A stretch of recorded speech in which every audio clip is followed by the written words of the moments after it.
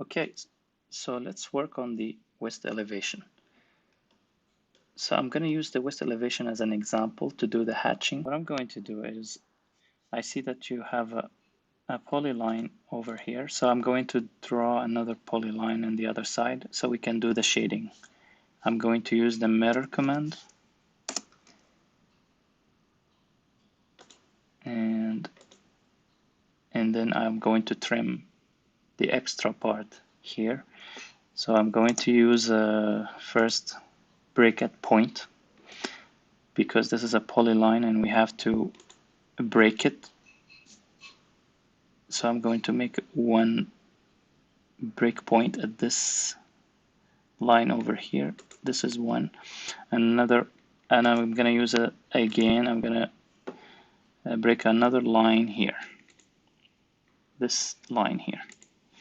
So now I have this part as an extra. I can delete it, and now I can draw a line to close this part. So what I'm going to do now is to draw a line. I'm going to start the line command, and then I go to match properties because I need to have the same properties of this line. And then I go can close this part here. That's it. And I'm done with the line command. Next, we hatch the polylines inside. So we use the hatch command.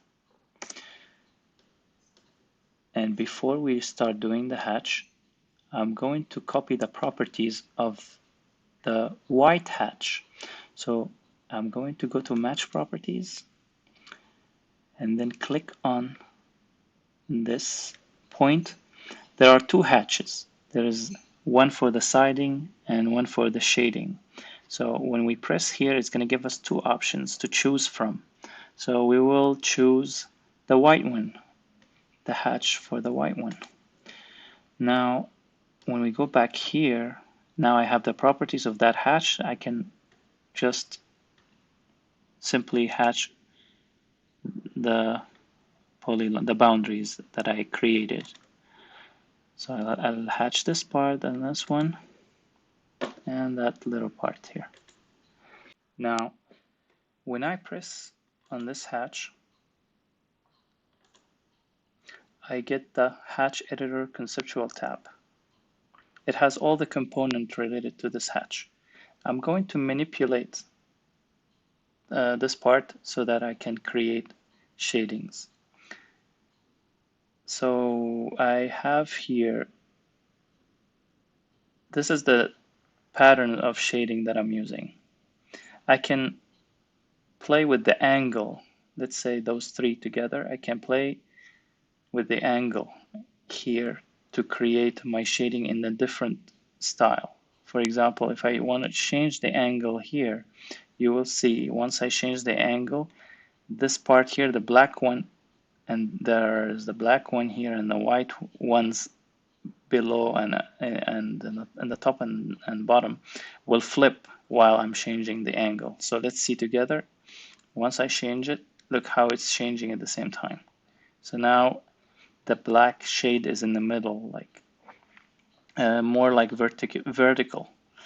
And if I keep changing, then this is how the angle is going to go like. So what I'm going to do is I want to concentrate on that one. I want, let's say, I want the black shadow to be in the bottom and the white part is in the top. So this is good for now. I can, if I flip it, it will be upside down, but I don't want to do that. I want the shadow to be in the bottom of the roof. So I'm going to go through this one like that. I'm going to go through 91 degrees. Like what I have is 91 here, which is okay. And now I will play with the hash transparency. I could make it transparent. This is a percentage. I have a 50 percentage of transparency. I can go more, but this is no good. I would stick with, let's say let's try let's say 60%. Now let's see how it looked like. That's it. So this is pretty much like a shading that we created. I think this is okay for now. I will keep it this way. We repeat the same steps for the siding and for the foundation. So first we start with the hatch command.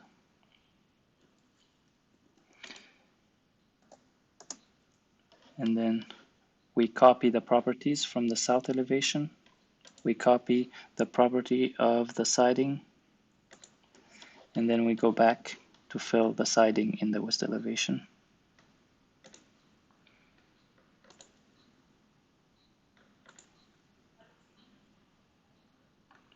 And between the posts.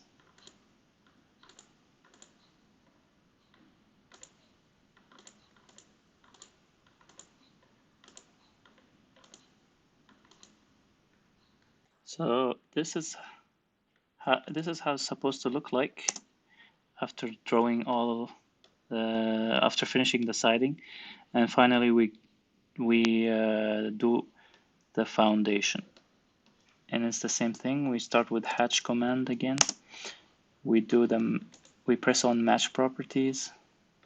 We press on the concrete symbol, and we fill the foundation.